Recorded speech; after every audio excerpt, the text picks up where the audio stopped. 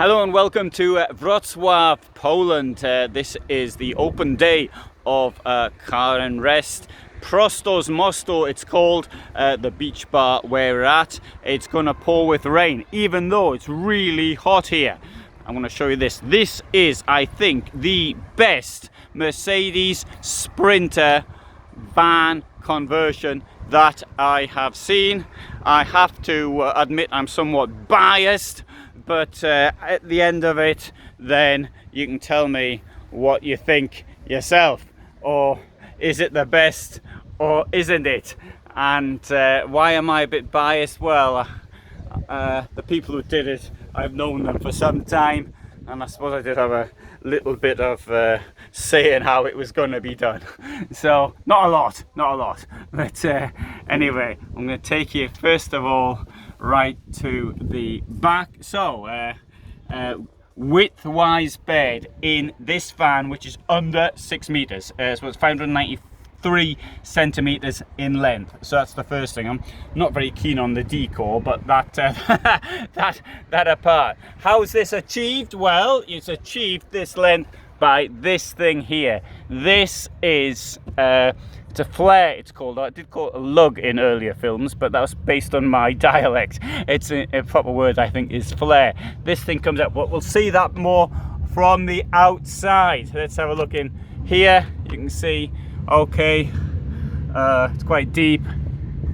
There's not a lot of room under here, that's true. I've got the same on the other side as well. So sitting up in bed is a bit more difficult than it would be normally, but then again you've got these deep storage compartments, and that, I think, when you have so little space to actually play around with, storage is really important. Now, for those of who want the fridge, well, there's one here, but you get a fridge with everything, and this has already got some stuff inside it. So that's a Vitrifrigo fridge. I mean, it's a two-way one. Here there is an oven. So there you go, from Dometic. People say, where's the oven? Well, there you go, there's an oven. Incidentally, for all vans, or nearly all vans, you could theoretically put an oven in. It's not such a great difficulty, but I know they don't have them because there isn't the demand usually. There is from the United States and the United Kingdom. More storage. This one here comes with one of these awful coffee machines. I use coffee in the loosest sense of the word. It's some like dirty water in my opinion, but anyway, I wouldn't bother with that. I'd have that free, and you can put something decent in there, such as cans of Newcastle Brown. More storage up here. Great place for storing bananas. Right, the kitchen is here, and at the risk of spoiling the nice decoration that has been put here, I shall put this to one side and show you. Oh, they're real. I thought they were plastic. The real ones that look like plastic, they probably cost more. So I'll put that down there like that and show you the kitchen. What could be under here? There you go, 2 burners from Dometic, and here we have the sink. So there's nothing unusual about that. That's pretty standard. It's got this old plug inside, the one which you can't find a net for. One thing that Dometic and Thetford are doing now, and other companies such as Can, is they're giving more space now between the hobs, which I think is a really good feature. Above here we've got a 12-volt plug, and we've got the shore power, and so you can use that if you've got anything electronic which you're cooking with. Of course, there isn't a huge amount of space here, but it's own. Bear in mind how small this van is. Now, next thing I'm going to draw your attention to is down here, these drawers. Nicely done as well, I'd have to say.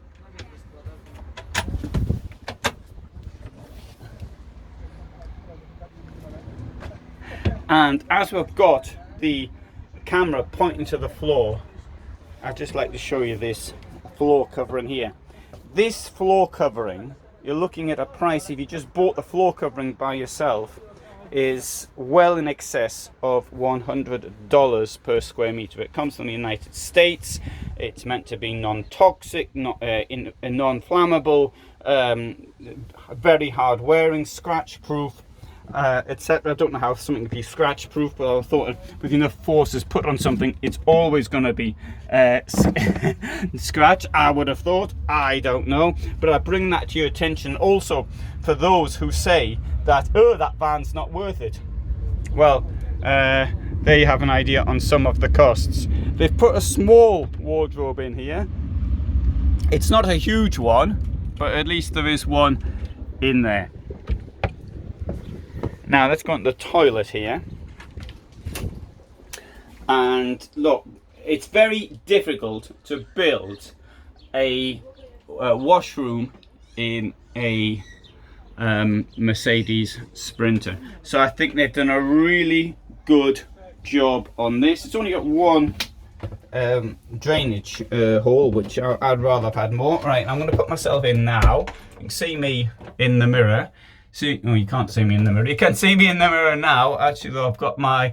So there's not a lot of room for above me, but this is due to the size of the vehicle. But at least it's got this washroom like this. So you'd have to probably sit on the toilet whilst you're showering yourself. But hey, that's as good a place as anywhere to do it. We've got a very interesting sink put in here. There's a German company which actually produces these things. Name starts with B. Can't remember the full name of the company now. But I think it's a very interesting little fixed sink. It also has space under there for putting things inside. The toilet comes from Dometic. It's relatively standard as far as Dometic's concerned. This also comes with a plug. There will of course be waterproof things for here to stop the water getting into the system. The plug on shore power. But one thing that one can do is connect these plugs via an inverter, so you can use it off the house battery, to use the German, the habitation battery in English. And obviously there's mosquito nets everywhere. Well, the finishing of the chairs, I think this looks really outstanding. They've got, whoever did it, it looks really magnificent in my opinion. Even the table is quite large. It's an unusual type of table. I think they did it specially. It's not one of those that have been bought off the shelf.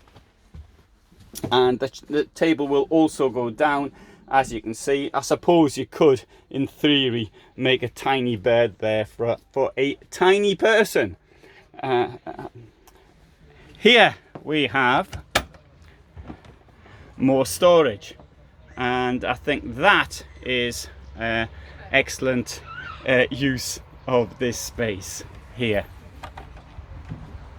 Often many can't put the gas there, but the gas here, it's via, the heating is via Webasto, and the gas for the kitchen is via cartridge. Let's now go around the back. It's unfortunately raining, and in fact, as it's raining, I think I'll show you first the flare. So you can see how far the flare comes out, and that gets all that extra space inside there. Put my hand on it so you can see how big it is. But if we come back further, I'm going to close this door like that, and you can see it's because the problem here a Sprinter is the shape of the vehicle. It goes in, it's such an angle that we've lost the space otherwise. So the footprint, as far as the footprint is concerned, the flare does not take any extra space up. Right, now let's have a look at what we've got here in the rear. So in here you can see there is the boiler and the heater. The heater is a Webasto system. It uses diesel for the heating, but the cooking is obviously by gas, as I said earlier. In here, got storage for bottles of water. Doesn't have to be water. And here, there we have the water pump and the boiler, and on the other side here there's the battery. Now like with any producer, the battery can be done to order, and rather than use one of these, I'd get one of these lithium ferrous phosphate ones. And there's the electro block. So let's now you can see it from here. Oh, I forgot to add things about the bed. Frovey system, and the payload, this weighs empty under 3 tons, so it's got more than 500 kilos of payload. It will close this so you can see what it looks like from the rear. We've got a skylight in the roof, which is now going to have to be closed because it's raining. And that's your toilet cassette, and there's the place for the water. Right, the cost of this, you were probably looking towards 6 figures.